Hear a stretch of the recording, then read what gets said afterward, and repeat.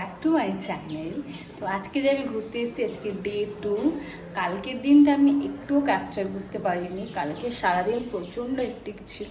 এসেই আমি ব্যাংকে গেছিলাম, টুকটাক কাজ ছিল। বিকালে প্রায় 2 বছর পর বন্ধুদের সাথে দেখা হয়েছে কালকে।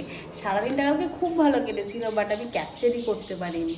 তো কালকে যেহেতু খুব হেক্টিক ছিল, তো আজকে ভাবছি একটু ধীরে ধীরে স্লোভাবে মর্নিংটা স্টার্ট করবো।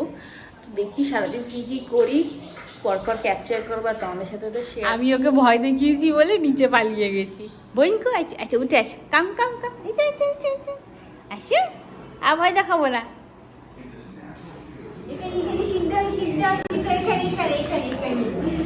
বাবালি আমি সোনা বাবা, সোনা মানি এখানে এখানে না এখানে না, ওটা কিচ্ছু করবে না। এখানে এখানে এখানে বসে, এখানে সিট ডাউন করে দাও। বসো বসো, সিট ডাউন বসো বসো বসো বসো বসো বসো। হ্যাঁ কোলের মধ্যে বসে, কোলের মধ্যে বসে গেছো। বলে না আমি তুমি ছোট্ট আছো।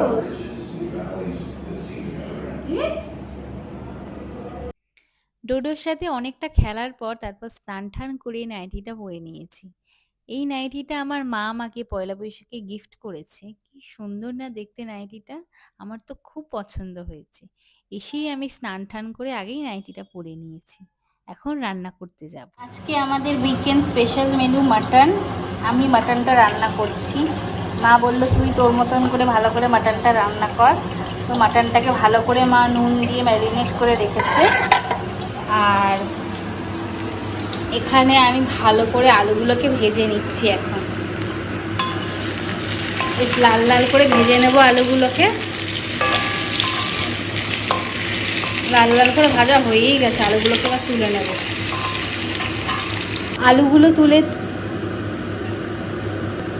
আলুগুলো তুলে নিয়েছি, আবার করে তেল দিয়ে দিয়েছি। এবার দেবো গোটা গরম মশলা ফোড়নে।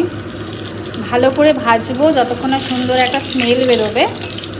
তারপর এর মধ্যে পেঁয়াজকে আমি ভালো করে চপ করে রেখেছি। এখানে প্রায় তিনটে মতো পেঁয়াজ আছে মিডিয়াম সাইজের। এটাকে ভালো করে দিয়ে দেবো। এটাকে আবার সুন্দর করে ব্রাউন করে ভাজবো। তার সাথে আমি এখানে মশলা বেটে রেখেছি। জিরে, ধনে, আদা, রসুন, লঙ্কা ভালো করে বেটে রেখেছি। পেঁয়াজটা ভালো করে কষে গেলে তারপরে এই মশলাটা দিয়ে ভালো করে কষাবো। এই হলো আমার মায়ের হাতে সাজানো এক টুকরো সুন্দর সংসার। মায়ের এটা রান্নাঘর, তোমাদেরকেও ভালো করে দেখালাম। মা খুব সুন্দর করে সাজিয়েছে, আর তার যতটা সম্ভব চেষ্টা করে এটাকে সুন্দর করে গুছিয়ে রাখে। যখনই আসি এখানে বসে মায়ের সাথে অনেকক্ষণ ধরে গল্প করি। মা রান্না করে আর আমি মায়ের সাথে বসে বসে গল্প করি। আর এদিকে আমি মটনটাকেও ভালো করে কষিয়ে নিচ্ছিলাম। আলু তো আগে থেকেই ভেজে তুলে রেখেছি। মটন মটন তো যতই কষানো হয় ততই টেস্ট। মায়ের রান্নাঘরটা প্রচণ্ড খোলামেলা আর প্রচুর আলো বাতাস আসে। সারাক্ষণ সুন্দর হাওয়া বইতেই আছে। এই পেছনটায় আগে পুরো জঙ্গল ছিল, প্রচুর বড় বড় গাছ ছিল। গাছগুলোকে রিসেন্ট কেটে ফেলেছে বলে একদম ফাঁকা হয়ে গেছে জায়গাটা। আমাদের বাড়ির আশপাশে প্রচুর গাছপালা আছে। মটন রান্না হওয়ার পর মা একটু আম মাখা মেখে দিয়েছে। নিজে তো বানিয়ে খাওয়া হয় না, মা মেখে দিয়েছে, দারুণ হয়েছে খেতে। আর খেতে খেতে আমি নিজের ব্লগ টিভিতে দেখছিলাম। নিজের ব্লগ টিভিতে দেখার যে কি দারুণ মজা, সেটা নিজে না ফিল করলে বোঝা যাবে না। এই একটা আলাদা পরম প্রাপ্তি। নিজেকে ভিডিওতে দেখা, কি ভুল ভ্রান্তি কি হচ্ছে না হচ্ছে, ছোট ছোট জিনিসকে লক্ষ্য করা, আলাদাই একটা সৌভাগ্য হয়েছে আমার দেখার। নিজেকে পর্দার মধ্যে দেখে এত ভালো লাগছে কি বলবো। আজকে আমাদের দুপুরের মেনু মা ভাত সাজিয়ে দিয়েছে। এখানে এক গামলা মটন, লাল লাল ঝাল ঝাল পাতলা ঝোল, আর তার সাথে মা করেছে এখানে দুধ শুক্তো। অনেক দিন পর দুধ শুক্তো খাবো। আজকে বেশ খাওয়াটা দারুণ জমে যাবে। ওরাও সবাই খাবে, ওদের থেকে রিভিউ নিয়ে তোমাদের জানাচ্ছি যে কেমন লাগলো ওদের খেতে। তাহলে চলো খেতে বসা যাক। দুধ শুক্তো আর মটন দিয়ে তো খুব দারুণ করে ভাতটা খেলাম। এখন একটু আমের চাটনি লাস্টে খাবো। হালকা করে মা করেছে। আর খেয়ে দিয়ে ভালো করে ঘুম দেব। তার আগে মাকে দেখাচ্ছিলাম ইলেকট্রিক তানপুরাটা কি করে ইউজ করে। তোমরা তো ভ্লগে দেখেইছো যে মার জন্য এটা পারচেজ করতে গেছিলাম। মাকে এর ভালো করে ডিটেলিংটা শিখিয়ে দিচ্ছিলাম। কারণ আমি চলে গেলে তো মা আর পারবে না একা একা করতে। ভালো করে মাকে শিখিয়ে দিলে তারপর পরে মা আস্তে আস্তে ধীরে ধীরে এটার সাথে অভ্যস্ত হয়ে যাবে। মা যেহেতু গান বাজনা করে, আর যারা গান বাজনা করে তারা বুঝতে পারবে এইটা ছাড়া গান বাজনা করা কতটা কঠিন কাজ। তাই জন্য মার অনেক দিনেরই ইচ্ছে ছিল যে একটা ইলেকট্রিক তানপুরা তবলা কিনবে। আর আজ ফাইনালি কিনে আমি নিয়ে আসতে পেরেছি কলকাতা থেকে এত দূরে। মা তো খুব খুশি এটাকে হাতে পেয়ে, খুবই খুশি যাকে বলা যায়। মার বহু বছরের ইচ্ছে পূরণ হলো এটাকে চালু করে এটাকে হাতে পেয়ে।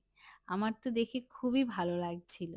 তাহলে মাকে ভালো করে এবার ডিটেলসে বুঝিয়ে দিই। দুপুরে ভালো করে ভাত দেওয়ার পর আমি আর মা এসেছিলাম একটু ঘাটে হাওয়া খেতে। আর ঘাটে এসে বিকালবেলা এত স্নিগ্ধ পরিবেশ আরে জল আসছে, ওখানে জোয়ার চলছে জানবু। তোমরা ভিডিওতে দেখেই বুঝতে পারছো।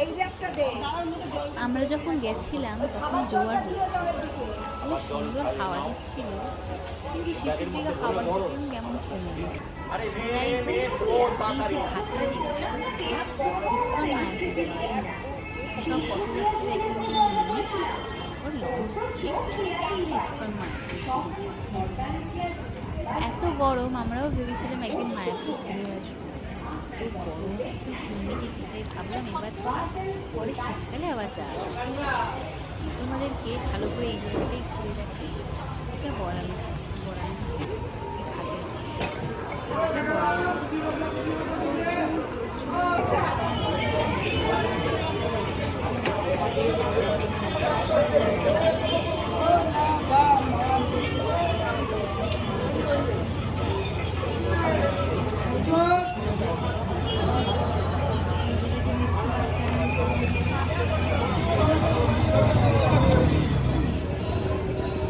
আমরা বাড়ি থেকে চা নিয়ে এসেছি, সেই মা বাড়ি চাটা থেকে এখন চা খাওয়া বানিয়ে হচ্ছে। এনেছিল। চাটা মা বানিয়ে যখনই ঘাটে আমরা আসি, আমাকে বাইরের মা চাটা সবসময় চাটা বাড়ি থেকে বানিয়ে বানিয়ে নিয়ে আসে। মা মার বানিয়ে ঘাটের চা পছন্দ না। আমরা আর তুমি একটু আমাদের ঢেলে নাও। আজকে ঘাটে বেশি হাওয়া দিচ্ছে না, অল্পই হাওয়া দিচ্ছে, তাও বসে আছি। মার খুব পছন্দ ঘাটে এসে বসে থাকা, তাই জন্য মার জন্য এসেছি। এখন আমরা চা খাবো, তারপর হনুমান মন্দিরে যাব। সেই যে তোমাদেরকে দেখালাম মিষ্টান্ন ভবন, সেখানে এসেছি। এখানে এত ভালো ভালো মিষ্টান্ন পাওয়া যায়। যারাই মায়াপুর যাবে এই দোকানটা অবশ্যই ভিজিট করো। আর এই দোকানের ফেমাস স্পেশাল নবদ্বীপের লাল দই, সেটা তো খেতে একদমই ভুলো না। এই দোকানে শুধু লাল দই না, প্রত্যেকটা মিষ্টি একদম অনবদ্য খেতে। আমরা তো নিয়েছিলাম সিঙ্গারা আর তার সাথে একটু রসমালাই। এই দোকানে এসে মিষ্টি না খেয়ে বাড়ি যাওয়াটা একদমই অসম্ভব। যতই ডায়েট করি কিন্তু মিষ্টি খাবোই এই দোকানে আসলে। তেমন আসা হয় না, মাঝে মাঝে আসা হয়, কিন্তু আসলে অবশ্যই ট্রাই করে তারপর বাড়ি যাই। আর এখন চলে এসেছি হনুমান মন্দিরে। মা অনেক দিন ধরেই বলছে হনুমান মন্দিরে আসবে, কিন্তু যেহেতু বাড়ি থেকে এটা অনেকটাই দূর, মা একা একা সময় করে আসার সুযোগই পায় না। তাই আমি এসেছি, তাই মাকে নিয়ে এসেছিলাম হনুমান মন্দিরে। মা একটু পুজো দিয়ে নিল, আমিও প্রে করে নিলাম, তোমরাও প্রে করে নাও। মায়ের পুজো দেওয়া হয়ে গেছে, তাহলে চলো এবার পোড়ামাতলার দিকে যাওয়া যায়। পোড়ামাতলা আমাদের নবদ্বীপের সবচেয়ে ফেমাস স্পট। পোড়ামাতলায় এসেই আগে তোমাদের পোড়ামায়ের দর্শন করিয়ে দিই। এখানে প্রচুর ফুলের দোকান, যেহেতু প্রচুর মানুষ রোজ পুজো দেয়, তাই ফুলের দোকানের অভাব তোমরা পাবে না। এটা অক্ষয় তৃতীয়ার আগের দিন, তাই বেশ ফাঁকাই ছিল সন্ধেবেলাটা। যেহেতু সন্ধেবেলা পুজোর বেশি চাপ থাকে না, তোমরাও মায়ের দর্শন করে নাও। ঘটে করে মায়ের পুজো হয় পোড়ামার। আর তারপর চলো তোমাদেরকে নিয়ে যাই মা ভবতারিণীর কাছে। এই মা কিন্তু বড় জাগ্রত। এইখানটায় একটা বড় বটগাছ আছে, যে বটগাছকে ঘিরে এই তিনটে মন্দির তৈরি হয়েছে। ভাবা যায় একটা বড় বটগাছ এই তিনটে এত বড় মন্দিরকে ছায়া দিয়ে রেখেছে। এই পুরো গাছের তলায় এই পোড়ামার মার্কেটটা তৈরি হয়েছে। মায়ের ঠাকুরের ছায়াতলে কত কত লোক রোজ ব্যবসা করছে, কত কত ভক্ত রোজ এসে ঘুরতে আসছে। এত জাগ্রত জায়গা যে মানুষ তাদের মনস্কামনা পূরণের জন্য ঠিক চলে আসে। আর আমি চলে এসেছি আমার সবচেয়ে প্রিয় জায়গায়, বাবার কাছে। বাবার কাছে আগে প্রায় জল ঢালতে আসতাম, কিন্তু বিয়ের পর আর তেমন আসা হয় না। আজকে জল ঢালবো ভেবেছিলাম, কিন্তু যেহেতু এটা বিকেল হয়ে গেছে, তাই ভাবলাম ঠাকুরকে শুধু মালাই দিই। ঠাকুরের জন্য একটা রজনীগন্ধার মালা নিয়ে এসেছিলাম, ঠাকুরকে পরিয়ে দিলাম। শিব ঠাকুরের কাছে পুজো দিতে আসলে মনটা যেন সত্যিই খুব শান্ত হয়ে যায়। আমার তো খুব ভালো লাগে। শিব ঠাকুরের কাছে পুজো দেওয়া হয়ে গেল। এবার পোড়ামাতলায় টুকটাক কিছু কেনাকাটা করে তারপর দেখি কি করা যায়। নবদ্বীপের পোড়ামাতলা এমন একটা পিক লোকেশন যেখানে আসলে তোমরা সব সময় ভিড় দেখতেই পারবে। সবকিছুর যেহেতু একসাথে পাওয়া যায়, তাই মেয়েরা তাদের টুকটাক সাজাগোজার জিনিস বলো, ঠাকুরের বস্ত্র এবং ঠাকুরের জিনিস বলো, তাছাড়া ঠাকুরের পুজো দেওয়ার জন্য পোড়ামাতলায় সবাই চলে আসে। পোড়ামাতলা হলো একমাত্র ভরসার জায়গা যেখানে আসলে তোমাদের খুব ভালো লাগবে। ছোটবেলা থেকেই আমি সবসময় পোড়ামাতলাকে খুব পছন্দ করি। শুধু আমার নিজের হোম টাউন বলে না, জায়গাটা এত জমজমাট যে আমার প্রচন্ড ভালো লাগে। শিব ঠাকুরকে পুজো দেওয়ার পর এবার মা ভবতারিণীর কাছে একটুখানি প্রসাদ দিয়ে আসলাম। এই মায়ের মন্দির খুবই জাগ্রত, প্রচুর মানুষ এখানে ঢিল বেঁধে তার মনস্কামনা পূরণের জন্য করে যায়, এবং প্রচুর মানুষের শুনেছি তাদের মনস্কামনা খুবই তাড়াতাড়ি পূরণ হয়েছে। তাহলে চলো এবার বাড়ির পথে যাওয়া যাক। আসলে বাড়ির পথে না, আমরা যাচ্ছি একটা রেস্টুরেন্টে খেতে। মাকে অনেকদিন আগে থেকেই বলে রেখেছিলাম এখানে খেতে যাব, তো যাওয়াই হয় না। প্রায় বিয়ের আগে গেছিলাম, বিয়ের পর পর প্রায় 2 বছর পর যাচ্ছি ওখানে খেতে। যেহেতু কালকে অক্ষয় তৃতীয়া, তাই রাস্তাঘাটে বেশ ভিড়। মানুষ টুকটাক অক্ষয় তৃতীয়া শপিং করছে, দেখতেই পেলে তোমরা।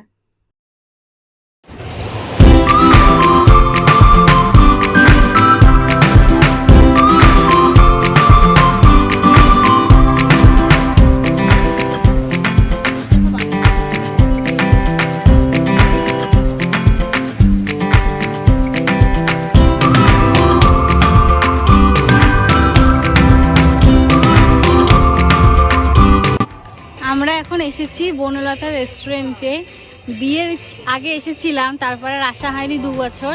চলো তোমাদেরকে গিয়ে রেস্টুরেন্টটা দেখা। খুব সুন্দর করে রেস্টুরেন্টটা ডেকোরেট করা, জাস্ট রেস্টুরেন্টের ডেকোরেশনটা দেখো।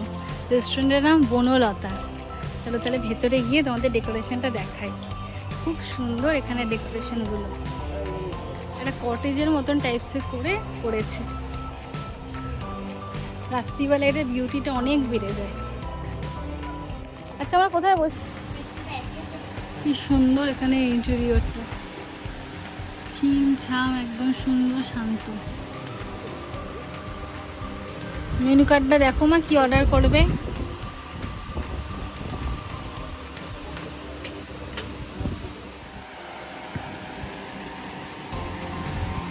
নিয়েছি আমি, দেখো একটা ভিডিও করার জন্য।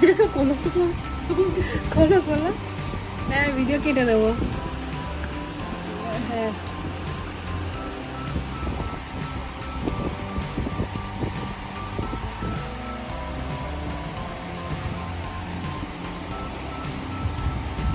ক্রিস্পি চিকেন মনে করলাম, এমনি যে মুখ মুখে চিকেন খায় সেটা করে দিচ্ছে না।